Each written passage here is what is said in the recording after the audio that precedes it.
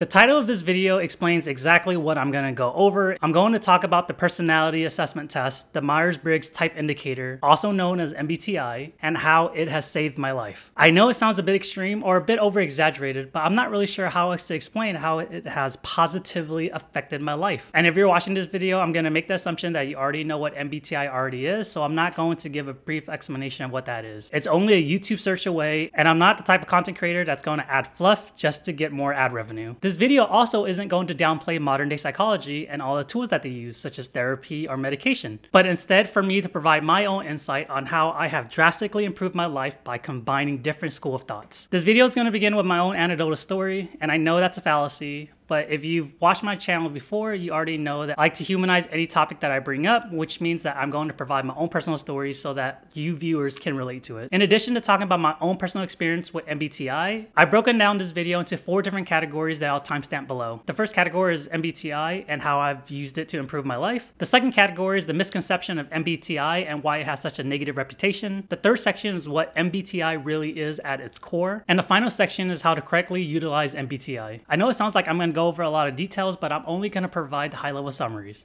So let's begin.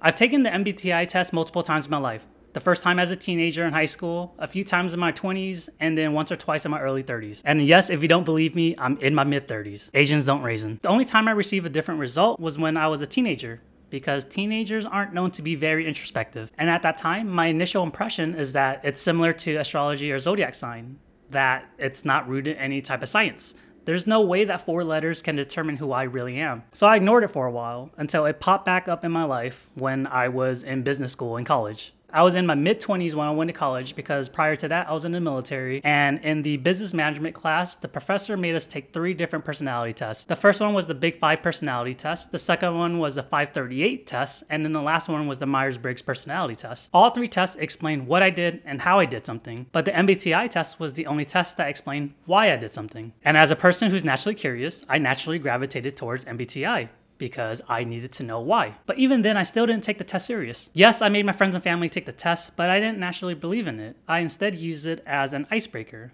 such as if a conversation was getting dull, it's something to just liven up the mood. Also at that time, I didn't read about cognitive functions, so I still believe that the answers that were provided were still broad enough that anyone can relate to it. Fast forward a few years, and I had first-hand experience of how beneficial MBTI really is. In my mid-20s, I was in a long-distance relationship, and if you've ever been in a long-distance relationship, you understand that communication is key because you can't physically be next to each other. I remember that my ex-girlfriend and I, at that time, had an argument that lasted a few days, and for some reason, we couldn't meet each other in the middle. I remember researching relationship advice, talking to life coaches, and reaching out to anyone that I knew that might be able to provide an answer as to why we're having difficulties in communication. None of it worked. Then out of the blue, as if by fate, I remembered the MBTI personality test.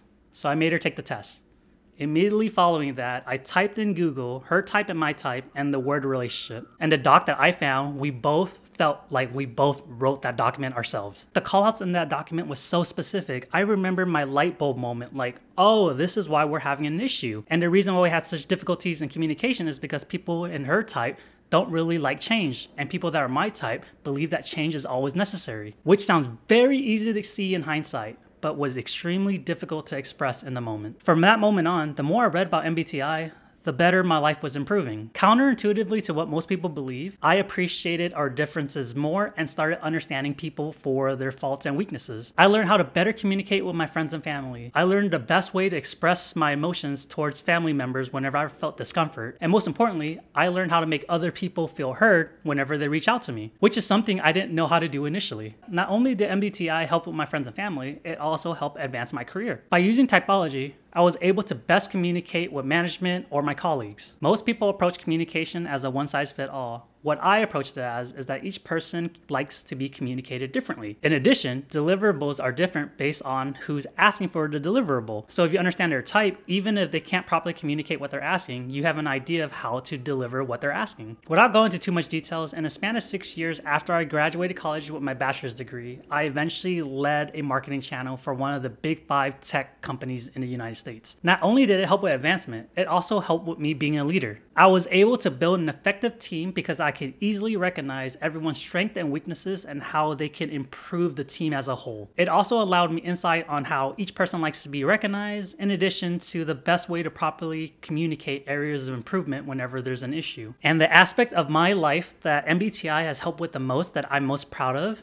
is that it helped me develop and nurture empathy. I became vastly more empathetic the moment I realized that common sense for me is not common sense for everyone else. Each person undergoes hardships that I will never fully understand because I don't view the world that way, but I'm still able to empathize, not because I understand the hardship that they're going through, but I understand the emotion that they're feeling. And the last thing that I want to add in this section, and I'm sure it's along with millions, if not more, other people during the pandemic, I was in a very depressive episode. And no matter how much I reached out to my friends and family, I didn't feel like I was being heard because the way that I felt depression was different from the way that they felt depression. What made me the most depressed is that I wasn't achieving things as much as I normally would without the pandemic. It's very hard to explain, but I'm the type of person where I need to actively be doing something. And when I was talking to my friends and family members, they couldn't understand, so I felt outcasted. I felt so alone until I went into MBTI, because it explained my need for achievement. I know that might sound odd for most people, but I use MBTI as a tool, a guide for self-reflection. I still personally use MBTI daily, not only for this YouTube channel, but also when I meet other individuals. And I wanna make sure that you understand that when I meet someone, I don't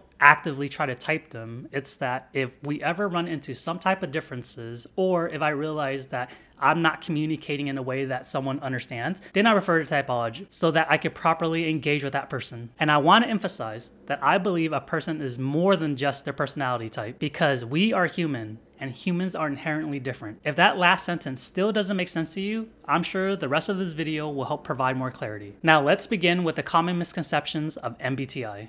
Misconceptions that I initially believed as well.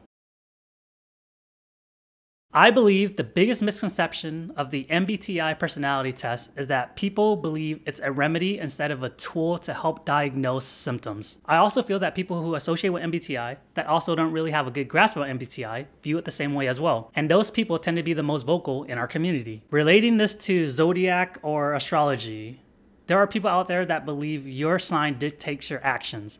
That's not how things work. In terms of nature versus nurture, MBTI is a tool to understand human behavior and explain how much nurture affects an individual. How a person is raised is huge to a person's identity and development, and that is not discredited by MBTI. It's not labeling people and putting people in boxes. Instead, it's recognizing our differences. So if you meet a person and they say they do something and they can't help it because they're a certain MBTI type, it's similar to me being in a different country and say I'm naturally loud because I'm American. It doesn't work that way. The second biggest misconception for MBTI is all the negative press that it garners. Modern day psychology calls it pseudoscience, and well-known celebrities in the psychology field such as Jordan Peterson denies its validity, which is strange to me personally because as a nation, we're so quick to labeling people as depressed, have anxiety, ADHD, and all other real-world mental health issues, but we're so against typology. I personally understand that we have science and data backing up those mental health issues, that we use CT scan in order to see the difference in brainwaves and stuff.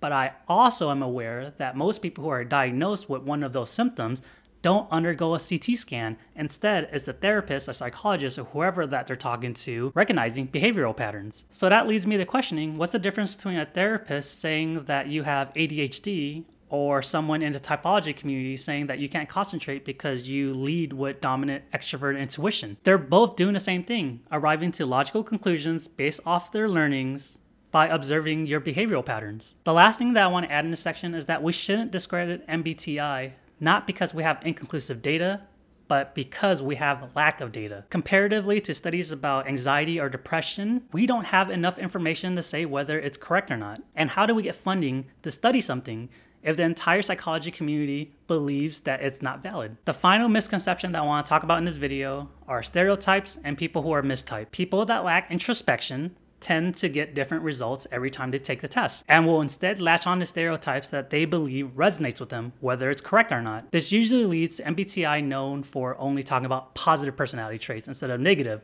because people who adopt certain stereotypes take the negative and spin it into a positive. They don't do the due diligence to learn about cognitive functions. the foundation that MBTI is built on. Instead, they attach themselves to a stereotype that's controversial or what seems cool to them, which further exacerbates the problem because when a person takes a test and they actually get that result and can't relate to that stereotype, it further discourages its validity. And yes, for people who aren't familiar, there are people out there that are trained in Jungian psychology so that they can properly type you. Discovery doesn't stop after you receive your results. That's only the beginning of the journey. Now that we talked about common misconceptions about MBTI, let's talk about what it really is. The 16 personality type that a person is first introduced to is just how to spot that person in the wild. It provides a brief description on tendencies and habits. As mentioned before, the pillar of MBTI are the cognitive functions. And to avoid spending too much time on the history of MBTI, understand that cognitive functions are a psychological theory created by Carl Jung and made into a personality assessment by the Myers-Briggs family. To put it as simple as possible, cognitive function is how a person filters out information and uses it to evaluate all options to make a decision. That's why I mentioned before that it's incorrect to use your type to explain a person's action because that's not how it works. Because typology gives you multiple options, but it's up to the individual to choose what action to take. In MBTI, nurture has a huge role in character development because nurture is where the person gets all the information that needs to be filtered out. MBTI is not going to tell you a person's taste in music. MBTI is not going to tell you how a person is going to dress. MBTI is also not going to tell you who to date. Because if you understand MBTI and cognitive functions, you understand that each person is inherently different based off of their nurture, based off of how they were raised. And that's it for this section. I know it's very short, but that's all you need to know. Now that we established that MBTI is a tool that a person uses to filter out information to make decisions, let's go over the correct way of utilizing MBTI.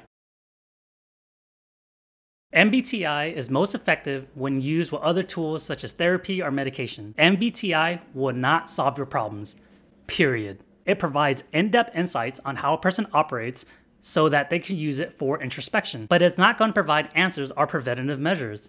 That burden is still up to the individual. To put it as simple as possible, MBTI will provide you all the formulas that you need to know during a math test, but MBTI will not provide you the answer. You still have to use that formula to figure out the answers. In regards to using MBTI with other tools, if we remove semantics, therapy and MBTI communicates very similarly. So the most beneficial approach when combining both tools together is to take the learning from one tool and seek guidance from the other. Here's an example. If you learn that you're depressed during your therapy session, then you can search the MBTI community and search for how other people deal with their loop, because depression is the same thing as a loop in MBTI. Or if you can relate to how other people describe their loop, you can then use that vocabulary so that you can engage your therapist easier because now you have a vocabulary to express how you're actually feeling. And for those of you who's never been depressed, everyone experiences depression differently. But using a tool doesn't only stop with mental health. If you notice that you index highly on action but have a difficult time in relationships, there's an explanation for that in MBTI. If you feel like you're not measuring up to your peers no matter how much you try, or you feel paralyzed,